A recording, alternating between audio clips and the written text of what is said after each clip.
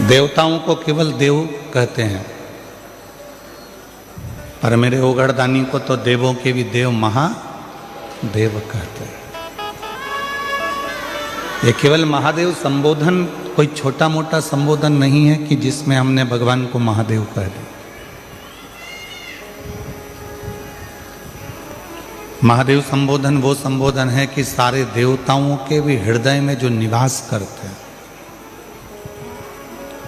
कोई भगवान विष्णु से जाकर पूछे कि आप किसकी आराधना करते हो, तो भगवान नारायण कहेंगे मैं शिव की आराधना करता हूं। कोई भगवान राम जी से जाकर पूछे कि आप किसकी आराधना करते हैं, तो भगवान राम कहेंगे मैं शिव की आराधना करता हूं।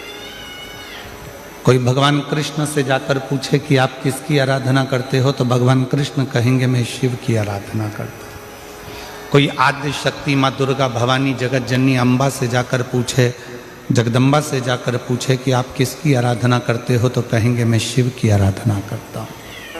कोई परम शक्ति, कोई पितृ, कोई कुलदेव, कोई ग्राम देव, कोई स्थान देव से जाकर पूछे आप किसकी आराधना करते हो, तो सारे देवता कहेंगे हम शिव की आराधना करते हैं। क्यों? क्योंकि शिव क्षमा की मूर्ति है। उनमें भोलापन है, सहजता है, नम्रता है, और वो नम्रता उनको बड़ा बनाती है।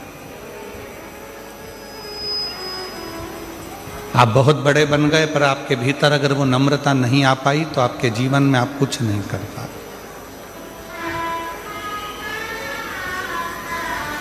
आपकी जिंदगी में नम्रता, सहजता, सरलता ही आपके जीवन को सफलता देती है। और देख लिया संसार हमने, देख लिया सब मतलब के यार हमने, देख लिया झूठे नाते झूठे रिश्ते, झूठे नाते झूठे रिश्ते, अरे झूठा है संसार हमने देख लिया सब मतलब के यार हमने देख लिया, देख लिया संसार हमने देख लिया। वो एक भीतर से जिसके नम्रता है, भीतर से जिसकी सरलता है, भीतर से जिसकी सहजता है, वही शिव का एक प्रतिबिंब स्वरूप है। वही अंजना माता ने अपने पिताजी से कहा, गौतम ऋषि से, पिताजी मेरे घर में औलाद नहीं है, संतान नहीं। गौतम ऋषि ने माता अंजना को भगवान शंकर की भक्ति में लगा दिया। शायद पूरी दुनिया में एक माता अंजना शंकर भगवान की ऐसी भक्त हुई जो अपने पिता के कहे अनुसार शिव की भक्ति में ऐसी डूबी कि शिव के सिवा उन्हें कुछ दिखता ही नहीं था। देवादिदेव महादेव के सिवा उनको कुछ नजर ही नहीं आता था।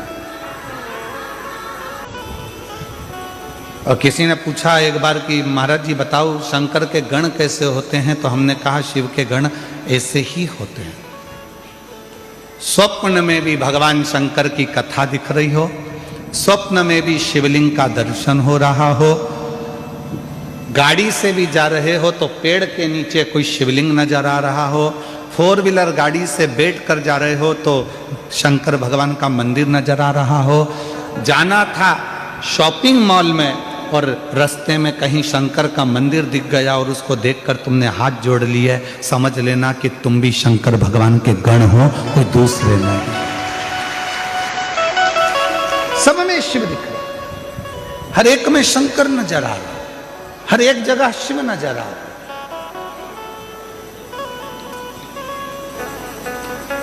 और वही सुनने वाला, उसके सिवा कोई है ही नहीं।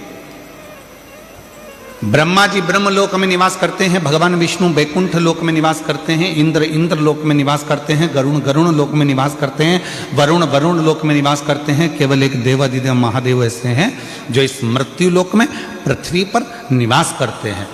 आप पृथ्वी पर निवास करने वाले भगवान शिव से जब अपने मन की कोई बात कहते हो तो शंकर जी उसको स्वीकार कर कर आपके दुख मिटाना प्रारंभ कर देते हैं, क्योंकि वो हमारे नजदीक में रहते हैं। ब्रह्मा ब्रह्म लोक में रह रहे हैं, भगवान विष्णु बैकुंठ लोक में रह रहे हैं, इंद्र इंद्र लोक में रह रहे हैं, गरुण गरुण लोक में रह रहे हैं, वरुण वरुण लोक में रह रहे हैं। सब अपने अपने लोक में निवास कर रहे हैं। केवल एक 33 कोटि देवता में केवल एक देवता है, वो देव अधिदेव महादेव है जो इस पृथ्वी पर रहता है, और उससे जो कहा जाता है वो दिल से सुनकर हमारी झोली खुशियों से भर दे। एक देव, और वह देव अधिदेव महादेव। बोल बम का नारा है, सारी समस्या का हल श्री शिवाय। केवल एक देव है और वह देव अधिदेव महादेव है जो पृथ्वी पर रहते हैं, मृत्यु लोक में रहते हैं।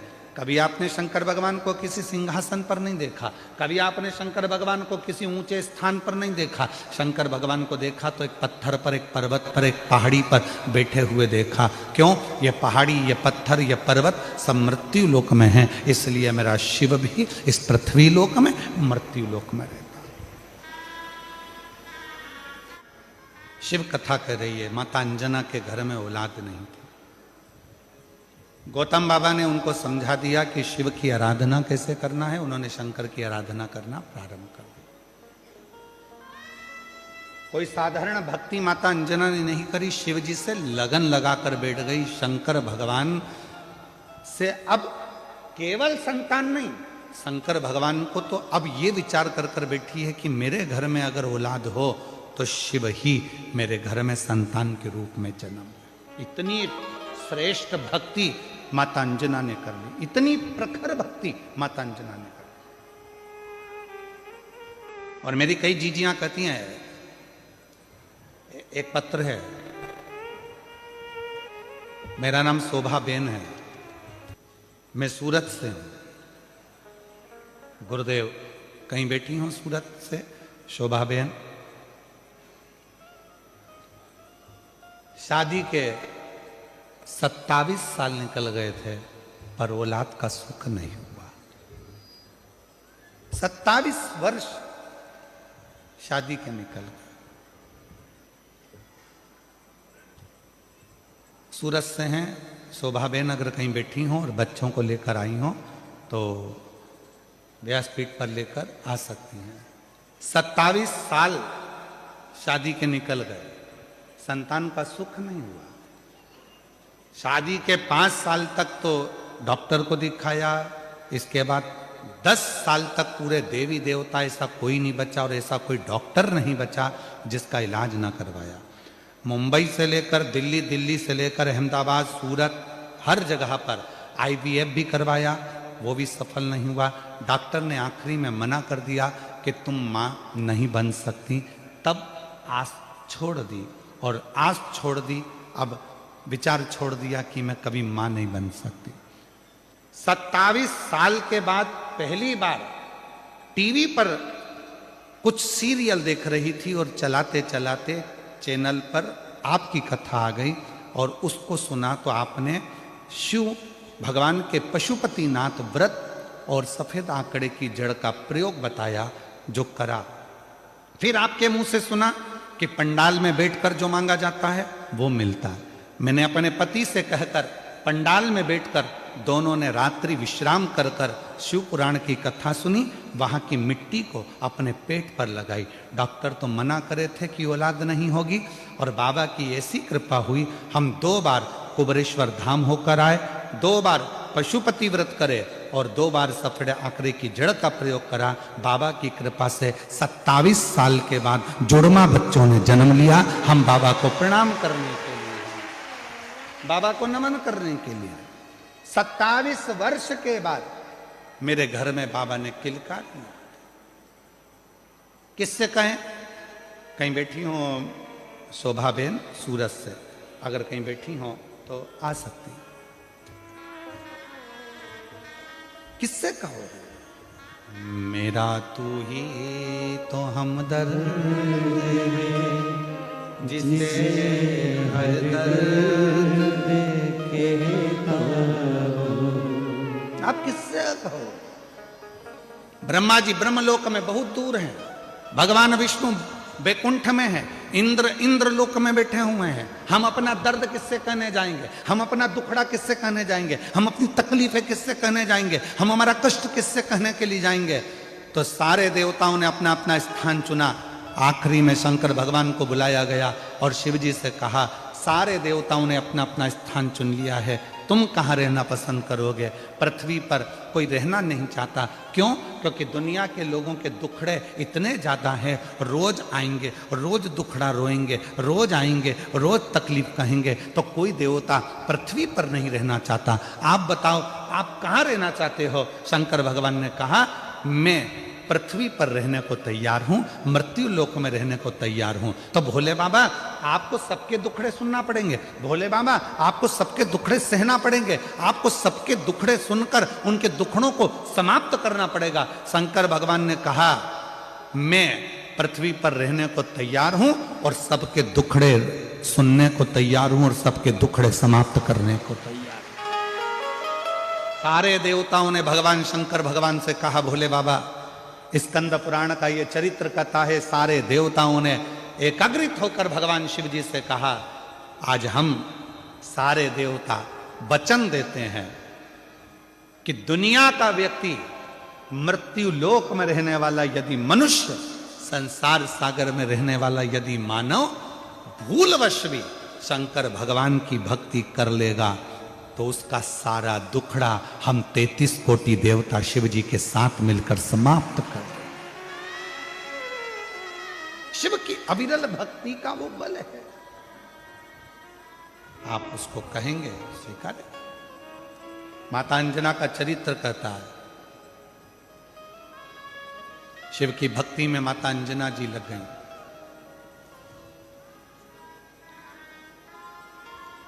ऐसी मेरी माता अंजना ने भगवान शंकर की अविरल भक्ति करी, ऐसी भक्ति करी, परीक्षा ली। शंकर भगवान ने पार्वती जी को भेजा, भोलेनाथ जी ने जाकर कहो अंजना को कि क्या चाहिए, क्यों इतनी कड़क भक्ति कर रही हो, किस लिए? अंजना देवी के पास में पार्वती जी पहुंची और कहा, क्या चाहिए? अंजना ने कहा, मुझे संतान चाहिए। संतान? हाँ। कैसी संतान? तो कहा, जिस शंकर भगवान की मैंने पूजन करी है वही शिव मेरे पुत्र के रूप में जन्म ले, बस ऐसी ही मेरी कामना है, ऐसी ही मेरी कामना है, और कुछ।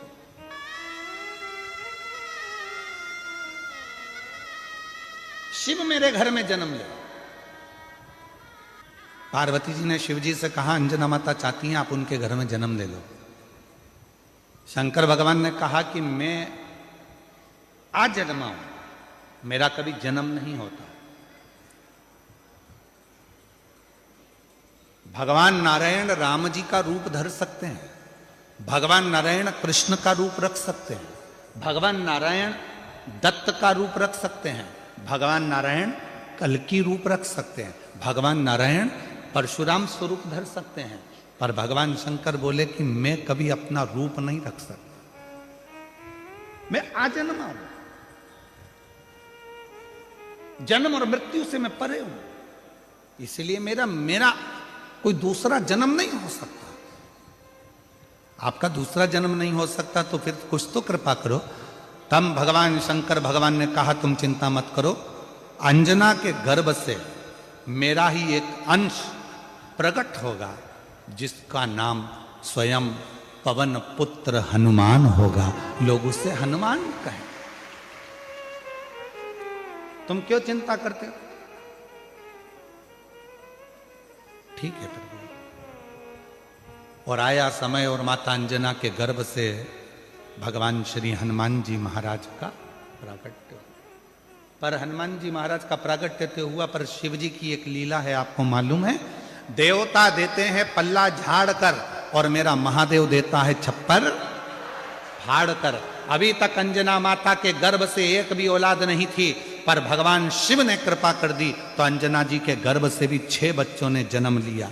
आप लोग कथा में श्रवण करे हैं पूर्व में, हनुमान गतिमान रतिमान मतिमान वर्तिमान, ऐसे हनुमान जी के कई भाई हुए, कई भाई हनुमान जी के हुए। और हमने पहले भी कहा है, जिसकी फैक्ट्री ना चलती हो, बहुत दुकान ना चलती हो, तो हनुमान जी के पांव का थोड़ा सा सिंदूर लेकर, यदि उस सिंदूर को किसी भी फैक्ट्री या दुकान में हनुमान जी के छोटे भाई गतिमान के नाम से अगर एक बिंदी भी सिंदूर की रख दी जाती है, तो वो दुकान और फैक्ट्री भी झड़के से चलना प्रारंभ हो जाती है। गतिमान हनुमान जी के छोटे भाई, एक हनुमान जी के छोटे भाई हैं मतिमान। जब व्यक्ति डिप्रेशन में जाता है, एकाग्र चित्त नहीं रह पाता है,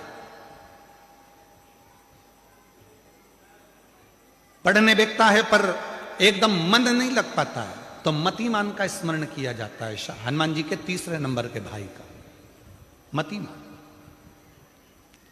और कहते हैं एक दुर्वा यदि मतिमान के नाम से शंकर भगवान की शिवलिंग पर चढ़ा दी जाए और उसी दुर्वा को वापिस लेकर आया जाए, अंधेरा होने से पहले, सूर्य अस्त होने के पहले, शाम के प्रदोष के पहले यदि उस दुर्वा को उस व्यक्ति को चबा चबा कर खिला दो, तो डिप्रेस हो रहा है, डिप्रेशन में है, चिंता में है, टेंशन में है, और उसका विवेक काम नहीं कर रहा, बुद्धि स्थिर नहीं हो पा रही है, या पढ़ने में मन नहीं लग पा रहा है, तो उसको आप एक दुर्वा मतिमान, हनुमान जी के 3 नंबर के भाई मतिमान के नाम से अगर खिला देते हैं, तो उसकी बुद्धि केंद्रित होना प्रारंभ हो जाती है और वो डिप्रेस से हटना प्रारंभ हो जाता है, मन स्थिर होने लगता है।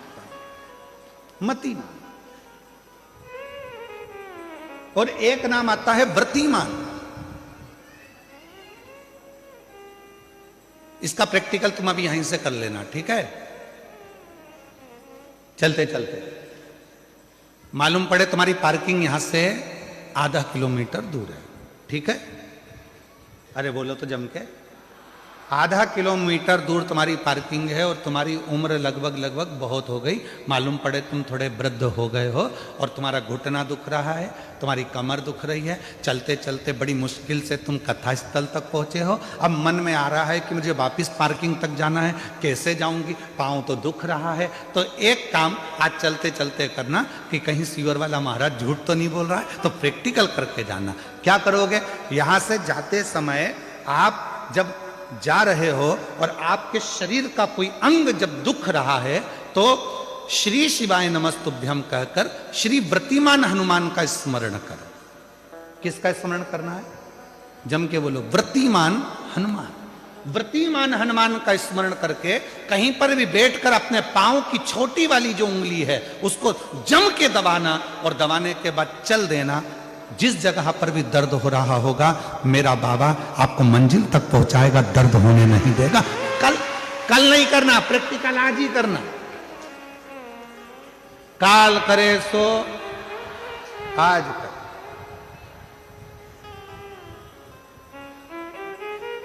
व्रतिमान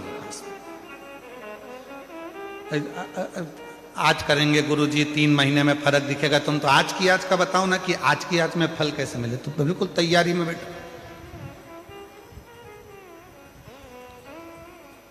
जाते जाते व्रतिमान हनुमान भगवान श्री शिवाय नमस्तुभ्यम का स्मरण कर कर एक ऊर्जा के साथ, ताजगी के साथ चलते जाओ।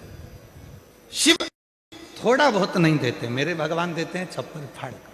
अब हनुमान जी महाराज का प्रागट्य हो गया, हनुमान जी महाराज आ गए, पूरे आनंद के साथ राम जी की सेवा करी। ये सारी कथा आप लोगों ने श्रवण करी है, रामचरितमानस में भी और शिव पुराण में भी और श्रीमद् भागवत में भी, कई जगह पर आपने इस कथा को सुना होगा। अब मूल कथा जो शिव पुराण की, स्कंद पुराण का मूल तत्व है, उसकी ओर हम बढ़ रहे हैं, जो बड़ी सुंदर कथा है स्कंद पुराण के रेवा खंड की ये कथा। स्कंद पुराण के रेवाखंड में से इस कथा को लिया। स्कंद पुराण का रेवाखंड कथा है, हनुमान जी महाराज राम जी के साथ में लंका पर चढ़ाई कर दिए, विजय प्राप्त कर लिए, आ गए। पुष्पक विमान में बैठकर मां सीता को लेकर आ रहे थे। अब आइए मुख्य कथा, स्कंद पुराण शिव पुराण की वो कथा जो अपने अंदर अपने को उतार आ रहे हैं। राम जी बैठ गए पुष्पक विमान में, मां जानकी साथ में, विभीषण, हनुमान सब साथ में चल। बीच में स्थान आया, हनुमान जी ने कहा प्रभु ये वो भूमि है जहां मेरी मां अंजना रहती है, जहां मेरी माता अंजना यहां रहती है, ये वो भूमि है। राम जी ने पुष्पक विमान को आदेश दिया, हे पुष्पक नीचे होइए, इस भूमि पर अंजना माता की इस भूमि पर पुष्पक को रोका। हनुमान जी पुष्पक विमान से नीचे उतरे, हनुमान हमें तुम्हारी मां से मिलना है।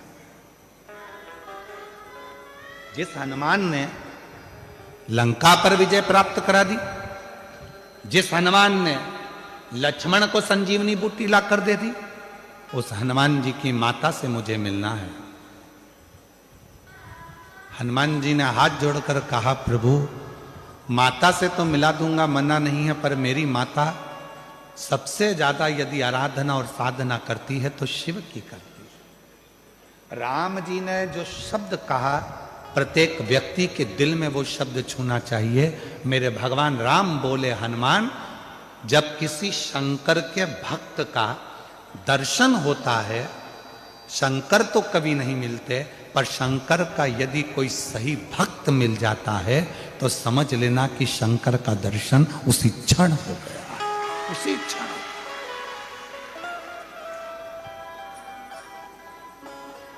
उसी क्षण शिव का दर्शन उसी पल हो गया, शंकर भगवान का दर्शन उसी पल हो गया। यदि कोई शंकर भगवान के भक्त का दर्शन कर लेता है, शिव भक्त का दर्शन कर लेता है, तो समझ लो कि शंकर भगवान का भक्त का दर्शन शिव का दर्शन। आप कौन है? क्यों लोग कहते हैं कि शिव महापुराण के कथा के पंडाल में जाकर बैठो और आपकी मनोकामना पूर्ण हो जाती है, कथा के पंडाल में जाकर बैठो शिव पुराण के और आपका मनवांचित फल प्राप्त हो जाता है। आखिर शिव महापुराण के कथा के पंडाल में ऐसा होता क्या है? उसका एक कारण है, इतने सारे शिव भक्त जिनको किसी ने गाड़ी नहीं भेजी, जिनको किसी ने टिकट का पैसा नहीं दिया, जिनको किसी ने बहुत सारे अच्छी जगह नहीं दी गई कि तुम यहाँ आराम से बैठना, यहाँ आराम से खाना, आराम से रहना, ऐसा नहीं। शंकर का भक्त अपने झोले में 2 पानी की बोतल, एक बिछाने की दरी, एक ओढ़ने का कंबल और अपना खाने का सामान साथ लेकर आता है, छाता साथ में लाता है और जहां मौका मिल जाए वहां बैठकर कथा सुनता है। अर्थात बिना लोभ, बिना लालच, बिना किसी व्यापार या व्यवसाय के वो शिव को समर्पित होकर आया है, शंकर का होकर आया है। इसलिए ऐसे भक्त का जब दर्शन होता है तो हमारी मनोकामना अपने आप पूरी होना प्रारंभ हो जाती है। पूरी। एक पत्र है, अच्छा है। मेरा नाम मंगलाबेन पांडुरंग चौधरी है, मैं डिंडोली सूरत में रहने वाली हूँ। कहीं बैठी हो तो हाथ हिला सकती हैं। मैं बाबा का जितना भी वर्णन करूं कम है। बाबा की मुझ पर अनंत कृपा है। मेरा बेटा 10 साल से सरकारी नौकरी की तैयारी कर रहा था, पर कुछ पॉइंट से सिलेक्शन रह जाता था। वो रोज अपने काम से आता था और चिंता में रहता था। मैंने टीवी के माध्यम से आपकी काफी कथा सुनी है। मैंने अपने बेटे से बोला कि रोज 1 लोटा जल बाबा को चढ़ाओ और शहद वाला बेलपत्र बाबा को चढ़ाना शुरू करो। बेटे ने वैसा ही किया और सच्चे मन से बाबा से प्रार्थना की। और मैंने बाबा की कथा जब सूरत में आई थी तब 7 दिन कथा का भ्रमण किया, बाबा से विनती की, बाबा आपकी कथा के पंडाल में रहकर कथा सुन रही हूँ, ऐसा सुना है, जो कथा के पंडाल में रहकर कथा को श्रवण करता है उसकी मनोकामना आप पूरी करते हो। बाबा मेरे बेटे की सरकारी नौकरी में सफलता मिले। बाबा की कथा जब चालू हुई तब मेरी बहू ने पशुपति व्रत भी रख लिया। मेरे 6 साल का पोता अथर्व भी बाबा से विनती करता और बाबा ने हमारी विनती को स्वीकार करा। श्रद्धापूर्वक नमन करने के लिए आज मैं आई हूँ। आज मैं बाबा को धन्यवाद देती हूँ कि मेरे बेटे का सिलेक्शन सरकारी नौकरी मिल गई है और मेरे बेटे का नाम सचिन पांडुरंग चौधरी है, जो अहमदाबाद के सरकारी टीचर बन गया है। मैं बाबा को यहाँ प्रणाम करने के लिए आई हूँ, बाबा को नमन करने के लिए। अगर कहीं बैठी हो तो आ सकते। शिव को कहो, शंकर को कहो, वो सुनता है महाराज और हृदय से देता भी, हृदय से देता। शिव कथा कर रही है। हनुमान जी ने कहा ये मेरी माता अंजना का गांव है और माता अंजना यहां रहती हैं, पर वो शिव की परंपरा। राम जी ने कहा हनुमान जब किसी शंकर भगवान के भक्त का दर्शन होता है, शिव भक्त का जब कभी दर्शन होता है और वो शिव भक्त अपनी दृष्टि से हमको देख लेता है तो निश्चित है हमारे आधे से ज्यादा दुख उसी पल खत्म हो जाते हैं, समाप्त हो उसी क्षण। इसीलिए हमको लगता है ज्यादातर भक्त लोग, कोई शिव भक्त मिलता है तो जम के आवाज लगा देते हैं हर हर महादेव। किसी मंदिर में जाकर लोग शोर नहीं मचाते। द्वारकाधीश के मंदिर में जाओ कोई शोर मचाता नहीं मिलेगा, जगन्नाथ जी के मंदिर में जाओ कोई शोर मचाता नहीं मिलेगा। जितने भी भारत की भूमि पर स्वामी नारायण आदि मंदिर हैं वहां दर्शन करने के लिए जाओ कोई शोर मचाता नहीं मिलेगा। जितने भी बड़े बड़े मंदिर हैं किसी मंदिर में कोई शोर मचाता नहीं मिलेगा। पर कभी भी कोई 12 ज्योतिर्लिंग में या शंकर जी का मंदिर आपके नजदीक में है वहां दर्शन करने जाओ तो लोग शोर मचाते जरूर मिलेंगे। कोई पीछे से खड़े होकर चिल्ला रहा, कोई जम के चिल्ला रहा हारा हारा, कोई कहीं से आवाज लगा रहा बम बम बोले। जहां मर्जी पड़ती है लोग वहां से आवाज लगाना चालू कर देते हैं, शोर मचाते हैं, चिल्लाते हैं।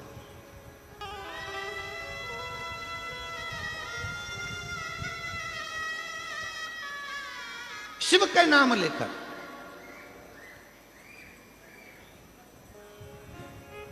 आप में से कई लोगों ने श्रीमद् भागवत कथा सुनी होगी, आप में से कई लोगों ने राम कथा सुनी होगी, आप में से कई लोगों ने विष्णु पुराण सुनी होगी, आप में से कई लोगों ने देवी भागवत सुनी होगी। ना जाने कितने कितने पुराण शास्त्र आपने सुने होंगे। सारे पुराण और शास्त्र उठाकर देखिए, एक भी पुराण शास्त्र ये नहीं कहेगा कि किसी भी असुर ने, राक्षस ने शंकर भगवान को युद्ध के लिए ललकारा। जितने भी असुर ने ललकारा वो सबने भगवान को ललकारा, विष्णु जी को ललकारा, ब्रह्मा जी को ललकारा, इंद्र को ललकारा, युद्ध के लिए देवी को ललकारा। पर किसी भी असुर ने, किसी भी राक्षस ने, किसी भी असुर ने, किसी भी दानव ने भगवान शंकर को युद्ध के लिए नहीं ललकारा। क्यों नहीं ललकारा? देवता तो देवलोक में रहते थे, भगवान विष्णु तो भगवान शंकर तो पृथ्वी पर रहते थे, तो यहां तो शंकर भगवान को ललकार देना था। पर शंकर भगवान को एक ने भी नहीं ललकार। शिव जी को कोई ललकारता ही नहीं था युद्ध के लिए, कि कोई नहीं कहता था आओ शंकर भगवान मुझे तुमसे युद्ध लड़ना है। देव राक्षसों ने कहा, असुरों ने कहा हे नारायण आओ मुझे तुमसे युद्ध लड़ना है। ब्रह्मा जी मुझे तुमसे युद्ध लड़ना है, इंद्र मुझे तुमसे युद्ध लड़ना है, हे शक्ति मुझे तुमसे युद्ध लड़ना है। सारे देवी देवताओं को असुरों ने ललकारा, पर शंकर भगवान को एक भी असुर नहीं ललकारता था। कारण क्या था? उसका एक कारण था कि जितने देवता थे, 33 कोटि देवता, जितने देवता थे शंकर भगवान के पास में, जैसे मतलब शंकर भगवान के पास में 33 कोटि अगर देवता हैं तो 33 कोटि देवता के 33 कोटि कोटि गण हैं। शिव जी के पास। शास्त्र कहता है शंकर भगवान के गण जब जम के चिल्लाते थे, एक साथ जब आवाज लगाते थे और जो चिल्लाकर दौड़ते थे, तो जितने भी असुर हैं उनकी धर्म पत्नियां जो गर्भ से होती थीं, उनका गर्भ गिर जाता था और असुरों के कान में से रक्त बहना प्रारंभ हो जाता था। युद्ध की तो जरूरत ही नहीं पड़ती थी, गणों के चिल्लाने से ही असुर मर जाते थे, प्राण छूट जाते थे चिल्लाने से। कई लोग पूछते हैं क्यों महाराज जी ये इतने सारे भक्त कथा सुनने आते हैं, ना तो इनके पास कोई पत्र जाता है, ना कोई निमंत्रण जाता है, ना पीले चावल जाते हैं। अगर कोई राजनेता को भी सभा करना पड़ती है तो गाड़ियां लगाना पड़ती है, गाड़ियां भेजना पड़ता है, तब लोगों को बुलाना पड़ता है। और साथ में बुलाओ तो बुलाओ, भोजन का टिफिन भी हाथ से दो और उनके लिए पूरी व्यवस्था करो, कुर्सी लगाओ, ये लगाओ, वो लगाओ, सम्मान दो, गाड़ी भेजो, घोड़ा भेजो, समय पे लाओ, समय पे छोड़ के आओ।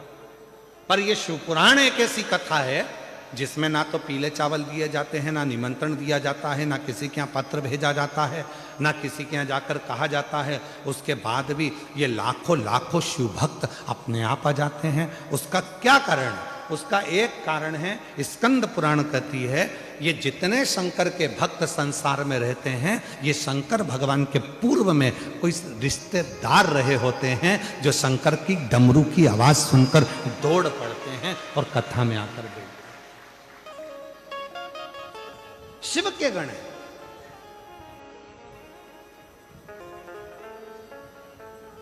इसलिए महादेव नमन चरणों में स्वीकार कीजिए, सबका किया है मेरा भी उद्धार कीजिए, उद्धार कीजिए। हे त्रिपुंडधारी, हे त्रिशूलधारी, हे त्रिपुंडधारी, हे त्रिशूलधारी। विचार करिएगा,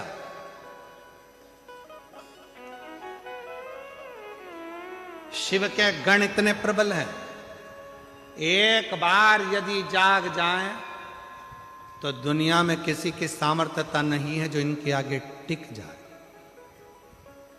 ये कथा संत, साधु, महात्मा प्रवचन क्या कर रहे हैं? आपको जगाने का काम ही तो कर रहे हैं, ये जगाने का ही तो काम कर रहे हैं। आज जो बांग्लादेश में हो रहा है, हिंदुओं को पूछकर जिंदा की जिंदा लटकाकर उसमें आग लगाई जा रही है। आज जो बांग्लादेश में हो रहा है, हिंदुओं को पूछकर जो जिंदा लटकाकर आग लगाई जा रही है, वो दिखाया जा रहा है, वो दिखाने का प्रयास कर रहे हैं।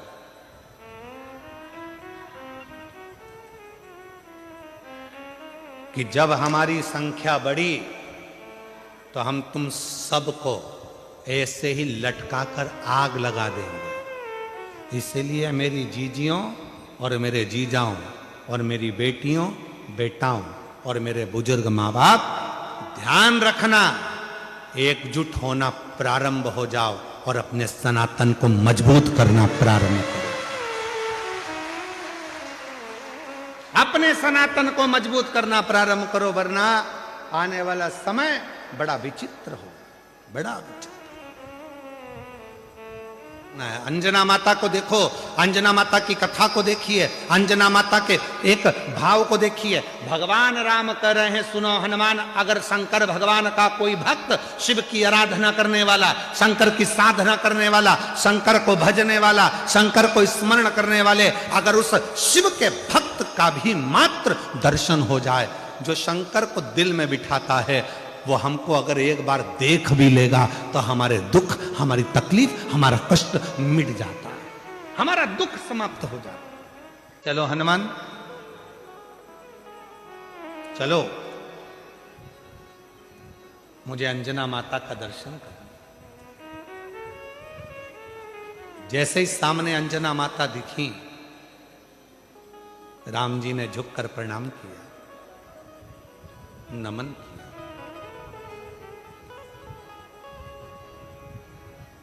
हनुमान जी ने कहा अंजना माता से, ये श्री राम है, ये इनके छोटे भाई लक्ष्मण जी हैं, ये माता जानकी जी हैं। सबको मिलाया। अंजना जी ने कहा कि हनुमान, घर में कुछ पाने के लिए नहीं, जाओ, अतिथि आए हैं, इनके लिए कुछ थोड़ा कंदमूल फल लेकर आओ। 2 दिन से रो रही है बाहर खड़े होकर, केवल उसको मिलना था। एक बार जोरदार ताली बजाओ, आज व्यासपीठ पे दौड़ के आई गए। शिव तत्व, भगवान शिव की अविरल भक्ति। कहा ये मेरी माता अंजना है। अंजना माता ने कहा कि हनुमान जाओ, घर में कुछ पाने के लिए नहीं है, तुम जल्दी जाओ, दौड़ के कंदमूल फल लेकर। अतिथि आया है, मेहमान आया है। शिव महापुराण की कथा कहती है अतिथि शिव का एक रूप होता है। अतिथि शिव का एक रूप होता है। इसीलिए हमारे यहां सनातन धर्म में कहा, शिव महापुराण की कथा के पंडाल में अगर कोई रात्रि रुककर कथा का इंतजार कर रहा है, सुबह स्नान आदि कर कर भगवान शिव की कथा के लिए बैठा हुआ है, इंतजार में डूबा हुआ है, वो कोई साधारण नहीं है, स्वयं मेरा देव अधिदेव महादेव है, शिव। शिव कथा करे, भगवान शंकर का संवाद करा, हनुमान जी महाराज की कथा करे। ये हनुमान जी चले गए कंदमूल फल लेने के लिए, इतने में अंजना माता की आंख से आंसू बह रहे थे। राम जी ने पूछ लिया, मां क्यों रो रही हो? अंजना माता ने कहा, मेरे रोने का कारण केवल एक है, आज मेरे बेटे हनुमान ने मेरे दूध को लज्जित कर दिया। दूध को लज्जित कर दिया? राम जी बोले, मां ये कैसी बात करती हो? हनुमान जी ने तो माता जानकी जी का पता लगाया, हनुमान जी ने लंका में आग लगा दी, और आप कहते हो कि हनुमान जी ने मेरे दूध को लज्जित कर दिया? अंजना माता बोली, रे राम, हे प्रभु, हनुमान भूल गया कि किस माता का दूध पिया था उसने। आज मुझे बड़ा दुख है जो मेरे बेटे हनुमान ने मेरे दूध को लज्जित कर दिया। क्यों मां ऐसे शब्द क्यों कह रही हो? राम जी कह रहे, ऐसे शब्द क्यों बोल रही हो? क्या बात है? अंजना माता ने कहा, इसलिए बोल रही हूं कि आपको अयोध्या से आकर सीता जी को लेने के लिए लंका जाना पड़ा। मेरे बेटे हनुमान को मैंने जो दूध पिलाया था, वो दूध इतना प्रबल था, हनुमान चाहते तो तुम्हें लंका तक जाने की जरूरत नहीं पड़ती, सीता को लंका को उठाकर लेकर अयोध्या में आते। आज मुझे दुख है कि मेरा दूत आज लज्जित हो गया। हनुमान जी महाराज को लंका तो गए पर सीता को लेकर नहीं आए। आज दुख इस बात का है कि राम जी को लंका पर चढ़ाई करना पड़ी, उस रावण से युद्ध लड़ना पड़ा, उस मेघनाथ से युद्ध लड़ना पड़ा, उस कुंभकर्ण से युद्ध लड़ना पड़ा, इसलिए आज मेरा दूध लज्जित हो रहा है। हनुमान को तो जाना था, पूरी लंका को उठाकर लाकर अयोध्या में रख देना था, तो मैं गौरवान्वित होती, तो मुझ में गौरव होता। राम जी, आप नहीं जान पाएंगे कि इस माता ने जो दूध पिलाया है वो साधारण नहीं है। छत्रपति वीर शिवाजी महाराज का एक प्रसंग याद आता है। एक किले से दूसरे किले पर जीजाबाई माता देख रही थी। छत्रपति वीर शिवाजी की माता जीजाबाई ने सामने देख रही थी और उस सामने के किले पर भगवा नहीं था, दूसरों का ध्वज लगा हुआ था। तब माता जीजाबाई जब देख रही थी तो उन्होंने शिवाजी से बुलाकर कहा, शिवा, ये सामने के किले पर मेरा भगवा लहरा नहीं रहा। शिवा कहते हैं, मां, उनके पास सेना ज्यादा है, हम आक्रमण नहीं कर पा रहे। जीजाबाई ने कहा कि कल तक सूर्य अस्त होने से पहले भगवा लहराना चाहिए उस किले के ऊपर। मां, सेना नहीं है इतनी हमारे पास में, आप कर रही हो कि भगवा लहराना चाहिए। जीजाबाई ने कहा छत्रपति वीर शिवाजी से, वो किला सेना से नहीं मिलता, वो किला सीने में जब शिव बैठता है और शिवा जागता है तो भगवा आराम से लहरा सकता है। सीने में भगवा है और सीने में शिव है तो वो सेना भले ना हो, शिवाजी जाए और भगवा लहरा कर आए। छत्रपति वीर शिवाजी ने जितनी सेना थी उसी का साथ पकड़कर जो किले पर चढ़ाई करी और मां जीजाबाई के सामने उस किले पर भगवा लहरा गया। ये वीरता होना चाहिए। ये भी ये देश है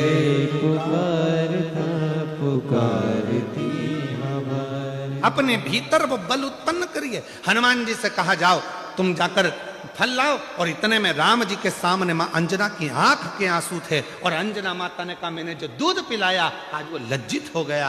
हनुमान जी चाहते तो पूरी लंका को उठा कर ले आते, और हनुमान जी लेकर नहीं आए, इसका मुझे दुख है। राम जी ने कहा, मां ऐसी बात क्यों कहती हो, हनुमान को तो हमने रोका था, नहीं तो हनुमान तो लंका पर चढ़ाई कर कर सीता को कब कर लेकर आ जाते, हमने रोका था। शिव महापुराण की कथा वर्णन कर रही है। माता अंजना देवी ने जैसे ही कहा कि हनुमान जी ने आपको लंका तक भेजा, हनुमान को तो चाहिए था कि पूरी लंका को उठाकर अयोध्या लेकर आ जाए। राम जी ने हाथ जोड़कर कहा, मां आप ऐसा ना कहिए, हनुमान तो ले आते सीता जी को, आपके दूध को लज्जित नहीं करा है, पर हमने मना किया था। इतने में तो लक्ष्मण जी को हंसी आ गई, और लक्ष्मण जी को ऐसी हंसी आई कि लक्ष्मण जी को हंसी आते से ही भगवान राम जी ने लक्ष्मण जी को हंसने से रोका।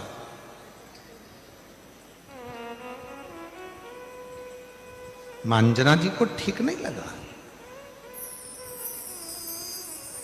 जब बड़े बात कर रहे हों और उसमें अगर कोई बीच में यह उपहास करे तो ये श्रेष्ठता कहां है।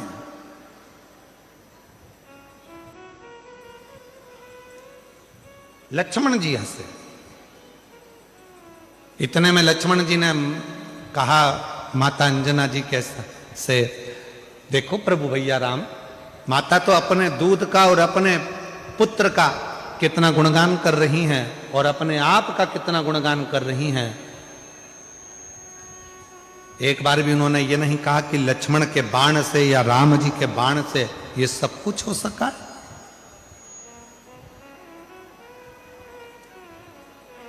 सब कुछ नहीं कहा।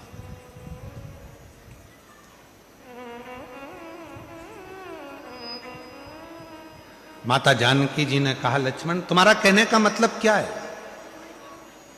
क्या मेरे दूध में वो प्रबलता नहीं है? क्या मेरे पुत्र में वो प्रबलता नहीं है? इतना तो कहना था। तब माता अंजना ने कहा, ठीक है लखन है लक्ष्मण, प्रभु राम की साक्षी में ये सामने पर्वत है, इस पर्वत के टुकड़े तुम अपने बाणों से कर दीजिए।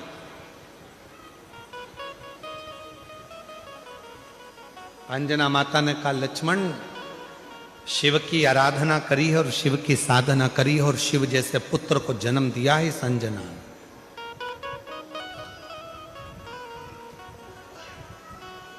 तभी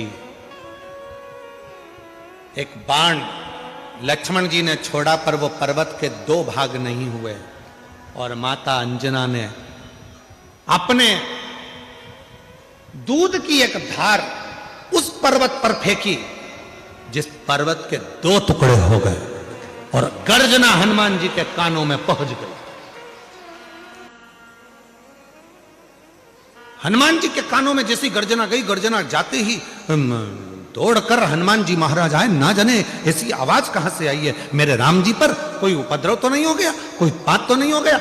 हनुमान जी महाराज भाग कर आए और हनुमान जी ने जो भाग कर आए और आते से जो देखा तो पर्वत के 2 टुकड़े थे जिसमें से दूध की धार बह रही थी। पूछा हनुमान जी ने, मां ये क्या हो गया? माता ने कहा, लक्ष्मण जी समझ नहीं पाए थे। लक्ष्मण जी ने अंजना माता के चरण पकड़ लिए। मां, मैं जान नहीं सका कि एक माता के दूध में वो बल होता है कि अपने बेटे को जब वो दूध का पान कराती है तो बेटा उतना वीर उत्पन्न होता है, प्रबल उत्पन्न होता है, जो दुनिया का सारा कार्य कर सकता है। मां, आज मैं लज्जित हूं, आज मैंने आप पर उपहास किया।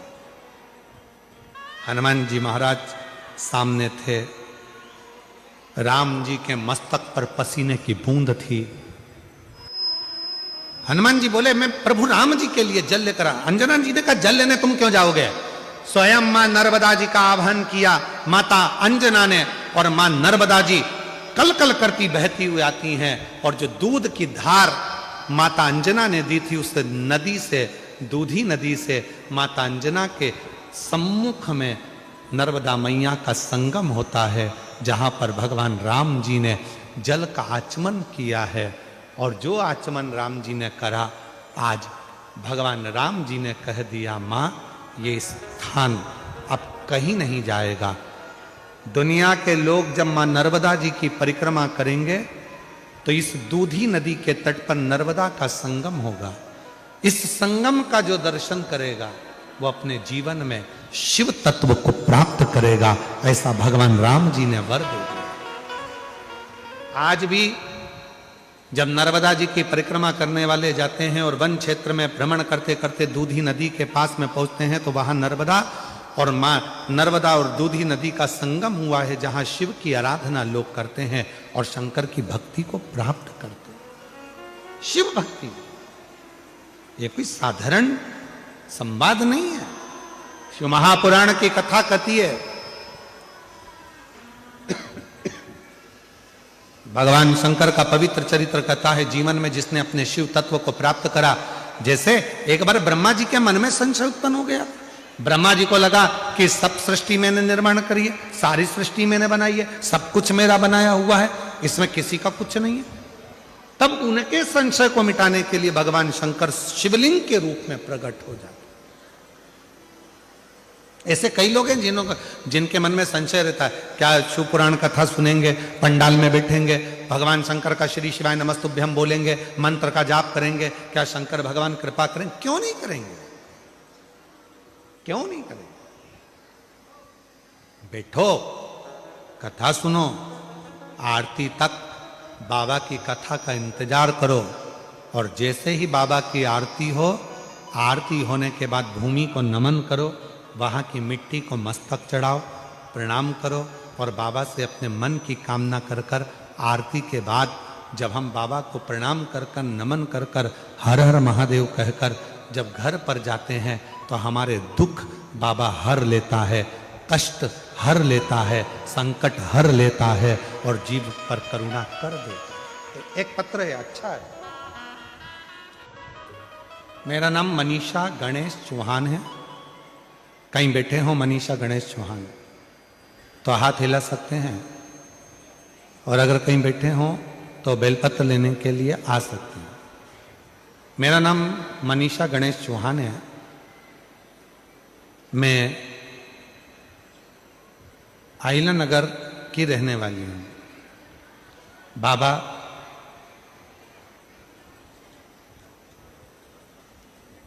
मुझे ब्लड कैंसर है और मुझसे डॉक्टर ने मुंबई जाने को कहा, नासिक जाओ। हम वहां पहुंचे, इलाज के लिए बताया गया कि 2 लाख रुपए लगेंगे। हमारे पास उतना धन नहीं था। बाबा, तभी हम डॉक्टर को दिखा कर आ गए, थोड़ी सी दवाई उनसे कहा कि आप दे दीजिए, हम वो ले लेंगे। हमारे पास इतना धन नहीं कि हम कैंसर का इलाज करवा सके। वापिस लौट कर आए, तभी मेरे पति और मेरे पिताजी दोनों एक जगह पर खड़े थे, तो किसी रिक्शे वाले ने आकर कहा कि क्यों रो रहे हो? कहा कैंसर हो गया है ब्लड का, और ब्लड कैंसर है और इतना पैसा भी नहीं है। रिक्शे वाले ने कहा एक सीवर वाला बाबा है, कथा करता है शिव पुराण की, 1 लोटे जल के बारे में बताता है। ज्यादा तो कुछ बोलता नहीं है, पर 1 लोटा जल का कहता है, और उसके कुबरेश्वर धाम पे रुद्राक्ष मिलता है। वो रुद्राक्ष को पानी में गलाओ, शिव जी को जल चढ़ाओ, उस पानी को पिलाओ तो उससे आराम लगता है, ऐसा मैंने सुना है। ना जाने कौन रिक्शे वाला था, मेरे पापा को और मेरे पति को बताकर चले गया, जो बाहर हॉस्पिटल के रो रहे थे। तभी मुझे घर छोड़ा और मेरे पापा और मेरे पिताजी मेरे पति दोनों ही सीहोर पहुंच गए। 1 नवंबर को रुद्राक्ष लेने सीहोर गए, 3 नवंबर को वो लेकर आए और हमने उसको गलाकर शिव को चढ़ाना और उसका पानी पीना प्रारंभ करा। बाबा, आप कहते हो कि बेलपत्र नंदी के पास बैठकर शंकर की चढ़ी हुई बेलपत्र को खाओ। मैंने खाना प्रारंभ करा। बाबा से कहा, बाबा हमारे पास में इतना धन नहीं है कि हम कैंसर का इलाज करा सकें। ये तो वो बीमारी है जिसमें पैसा लगता है, हम गरीब को कैसे दे दी? बाबा कुछ तो कृपा करो। हम नहीं जानते थे कि आपके रुद्राक्ष की इतनी महत्वता है सीहोर के, जिसका जल पीने से रोग मुक्त होता है। जल पीना प्रारंभ करा। दूसरी बार मुंबई में फिर वापिस पहुंचे, डॉक्टर को दवाई दिखाने के लिए। डॉक्टर ने चेकअप करना प्रारंभ करा और रिपोर्ट निकाली, तो रिपोर्ट में पता चला कि मेरे शरीर की सारी रिपोर्ट नील थी और मेरे शरीर में कोई कैंसर नहीं था। मैं बाबा को यहाँ प्रणाम करने के लिए आई हूँ, बाबा को नमन करने के लिए यहाँ पहुंची। कहीं बैठी हो? मेरा नाम मनीषा गणेश चौहान है, कहीं बैठे हो तो आ सकती हैं। एक पत्र और बड़ा सुंदर है। गुरुजी, मेरा नाम रेखा सुनील जोशी है, मैं बारडोली बाबेन गांव की रहने वाली हूँ। मेरा मोबाइल नंबर ये है। मेरी शादी को 20 साल हो चुके थे, पर मुझे संतान का सुख प्राप्त नहीं था। कहीं बैठे हो तो आ सकते हैं, और बच्चा हो तो उसको भी लेकर आ सकते हैं। संतान का सुख नहीं था। फिर मैंने आपकी कथा 2022 से सुनना चालू करा और मैंने 5 बार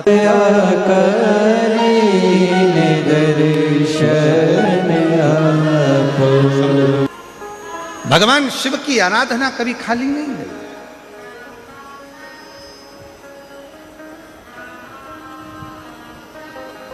ब्रह्मा जी के मन में थोड़ा सा अहम हो गया। याद रखना, जीवन में या तो राम रहेगा या हम रहेगा।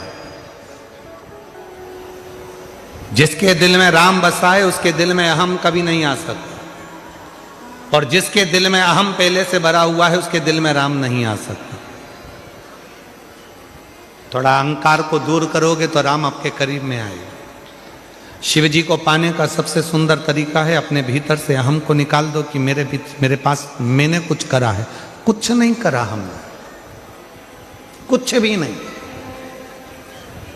अब आगे आपके ऊपर निर्भर करता है कि इस बुद्धि को, इस मन को, इस चित्त को आप हम में डुबोएंगे कि राम में डुबोएंगे। ये आपके ऊपर निर्भर, ये आपके ऊपर निर्भर करता है।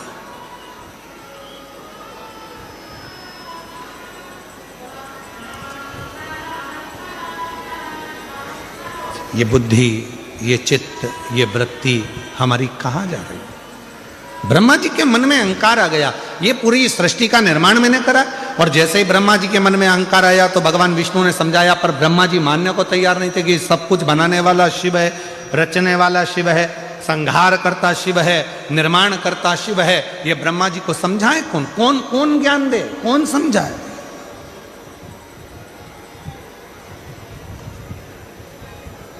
दो होते हैं, एक होते हैं विद्वान, दूसरे होते हैं विद्यावान। विद्वान को समझाना कठिन है, पर विद्यावान को समझाना सरल है। दो हैं। रावण को भी विद्वान कहा जाता है।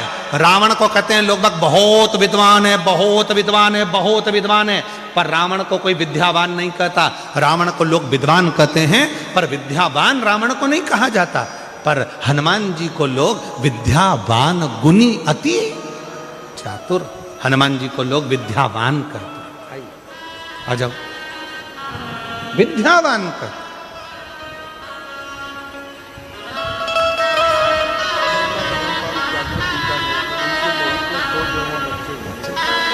जोरदार ताली बजाएं। बीकानेर से हैं, बहू नहीं आई है, बहू को 2 जुड़वा बच्चे हुए हैं। एक बार जोरदार ताली बजाकर साधुवाद करिए। कई सालों के बाद संतान का सुख बाबा ने दिया है। ये दोनों बच्चे ले, ये दोनों बच्चे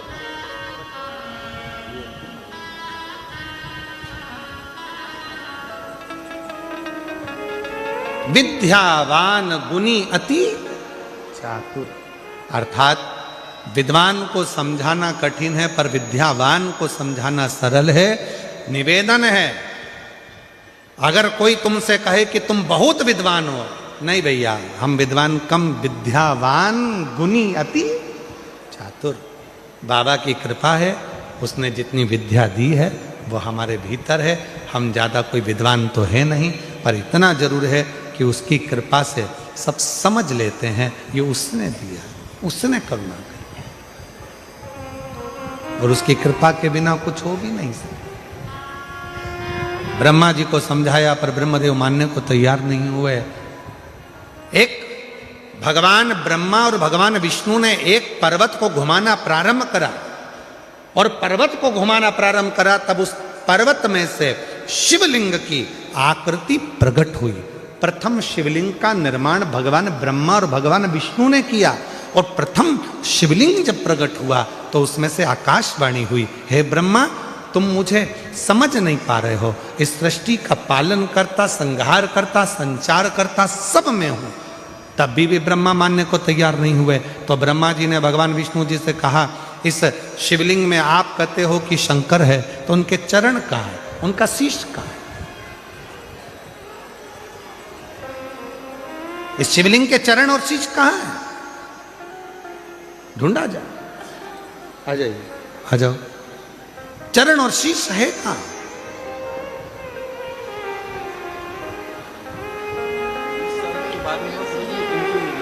अच्छा, इनकी बेटी के घर में बच्चा 20 साल के बाद हुआ है। जोरदार ताली बजाकर स्वागत करें। बच्चा अभी यहाँ आया नहीं है, छोटा है इसलिए।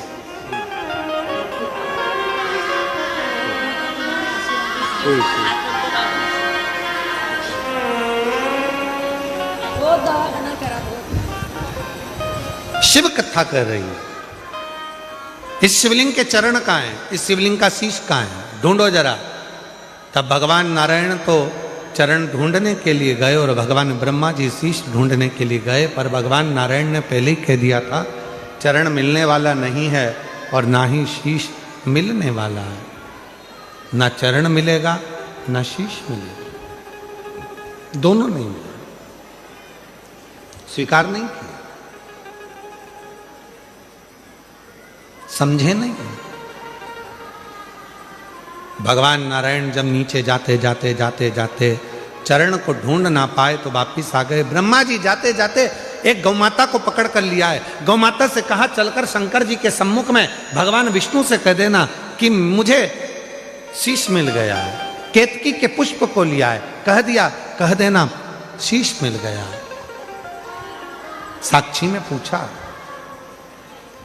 भगवान शंकर की शिवलिंग की साक्षी में स्वयं भगवान ब्रह्मा जी ने विष्णु जी से पूछा कि आपको चरण मिला है? भगवान विष्णु ने मना कर दिया कि मुझे चरण नहीं मिला, मुझे चरण नहीं मिला। एक बार भगवान नारायण ने सत्य कह दिया तो आकाशवाणी हुई, हे नारायण, आपने सत्य कहा है, इसलिए आज से पूरी पृथ्वी पर सत्य नारायण की पूजन पूरी दुनिया करेगी, क्योंकि आप सत्य बोले।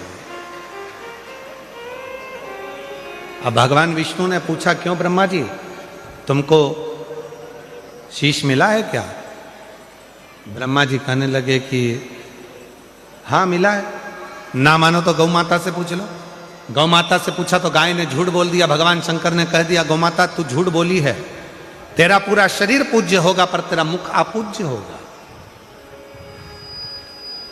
केतकी के पुष्प से पूछा तो केतकी के पुष्प ने झूठ कह दिया। हे केतकी, सारे देवताओं पर यह केतकी का फूल चढ़ेगा पर शंकर भगवान पर कभी नहीं चढ़ेगा। ब्रह्मा जी से कहा, ब्रह्मा जी अब तो सत्य बोल दो। ब्रह्मा जी सत्य बोलने को तैयार नहीं हुए, सच नहीं बोल पाए। और शिव महापुराण की कथा कहती है, भगवान शंकर को सारे पुष्प, सारे पत्र, सारा पूजन साहित्य, इन सबसे भी ज्यादा यदि शिव जी को प्रिय है तो शंकर भगवान को सत्य प्रिय। इसलिए क्या कहा जाता है, सत्यम शिवम सुंदरम। जिसकी जिंदगी में सत्य आकर विराजमान हो जाता है, उसकी जिंदगी में शिव आकर बैठ जाता है। और जब शंकर हमारे हृदय में आकर बैठ जाता है तो हमारी जिंदगी अपने आप सुंदर होना प्रारंभ हो जाती है, अपने आप। आप लोगों से भी निवेदन है, जीवन में एक बार थोड़ा प्रयास करो कि हफ्ते में, 2 दिन में, 5 दिन में, 7 दिन में अपने मुख से एक दिन ऐसा निकालो कि हम सत्य बोल सकें, सत्य बोल सकें। नहीं तो मरने के बाद तो लोग बोलेंगे राम नाम सत्य, पर अपने जीते जी अपन बोल रहे, इससे बढ़कर और क्या चाहिए। सत्य बोलिए।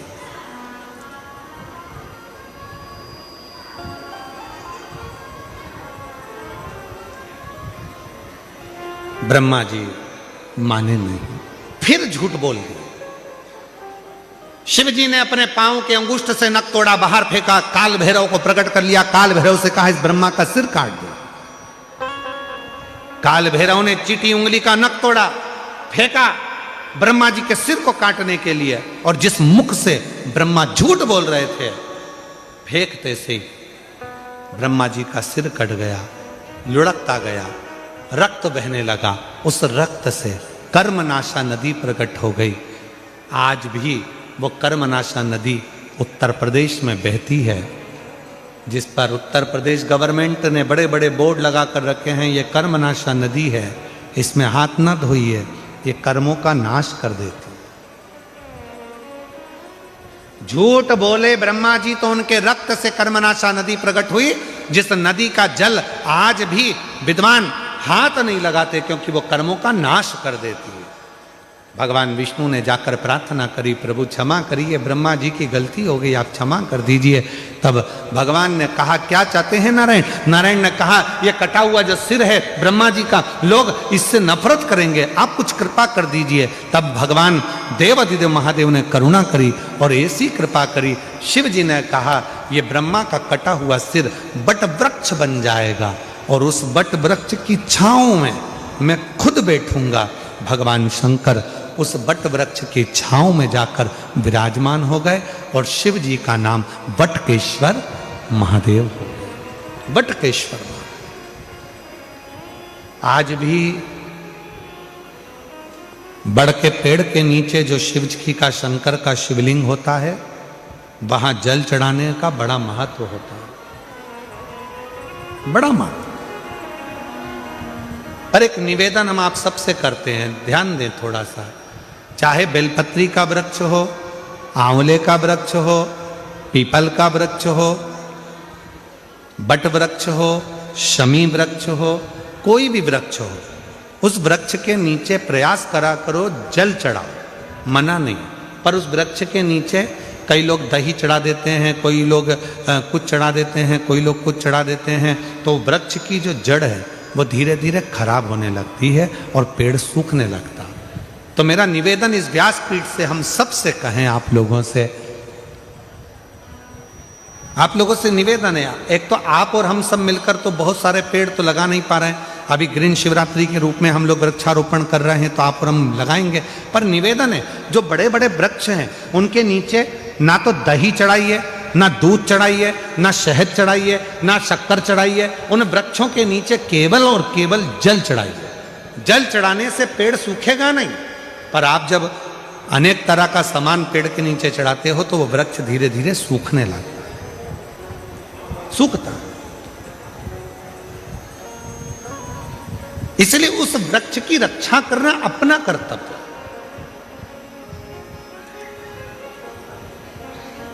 कई लोग बड़ के पेड़ के नीचे जाते हैं, उनकी भी पत्ती तोड़कर भगवान को चढ़ा देते हैं। ना ना ना, जो प्राचीन वट वृक्ष होते हैं, जो पुराने वट वृक्ष हैं, 500 साल पुराने हो, 700 साल पुराने हो, 1000 वर्ष पुराने हो, 400 साल पुराने हो, ऐसे जो वट वृक्ष होते हैं, पीपल के वृक्ष होते हैं, इनकी पत्तियों को नहीं तोड़ना चाहिए, इनको तो प्रणाम करना चाहिए। क्योंकि जो बुजुर्ग होता है उसका आशीर्वाद ही हमारे जीवन में सफल होता है। उसका आशीर्वाद नहीं, उसको तोड़े नहीं। हमारे कुबेरेश्वर धाम पर, बाबा के धाम पर लगभग 500 साल पुराना बाबा कुबेर भंडारी के यहाँ पर वट वृक्ष है। हम निवेदन करेंगे, आप लोग अगर वहाँ दर्शन करने जाते हैं तो निवेदन है, उनकी कोई पत्ती, कोई डाली, कुछ तोड़ना नहीं चाहिए। केवल प्रणाम करो, नमन करो, जल चढ़ाओ, परिक्रमा करो, बैठकर श्री शिवाय नमस्तुभ्यम का जप करो और बाबा से अपने दिल की बात करो, स्तुति करो, पर पत्तियां ना। बड़ के पेड़ के नीचे भगवान शिव विराजमान हो गए, बटकेश्वर नाम पड़ गया। बोलो बटकेश्वर महादेव की।